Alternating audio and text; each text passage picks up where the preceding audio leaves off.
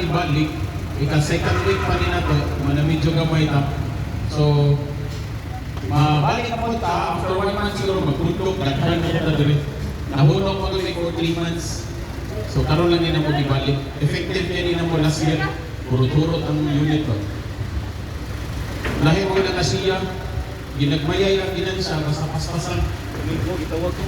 Okay. Busay, sa puti lang, mag-iwan lang, matagal sa price.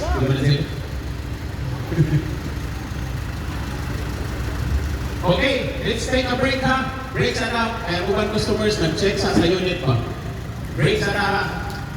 Kaya ubang customers, i-check pa sa ubang item. And then break sa na kayo, 10 minutes lang. 10 minutes. So,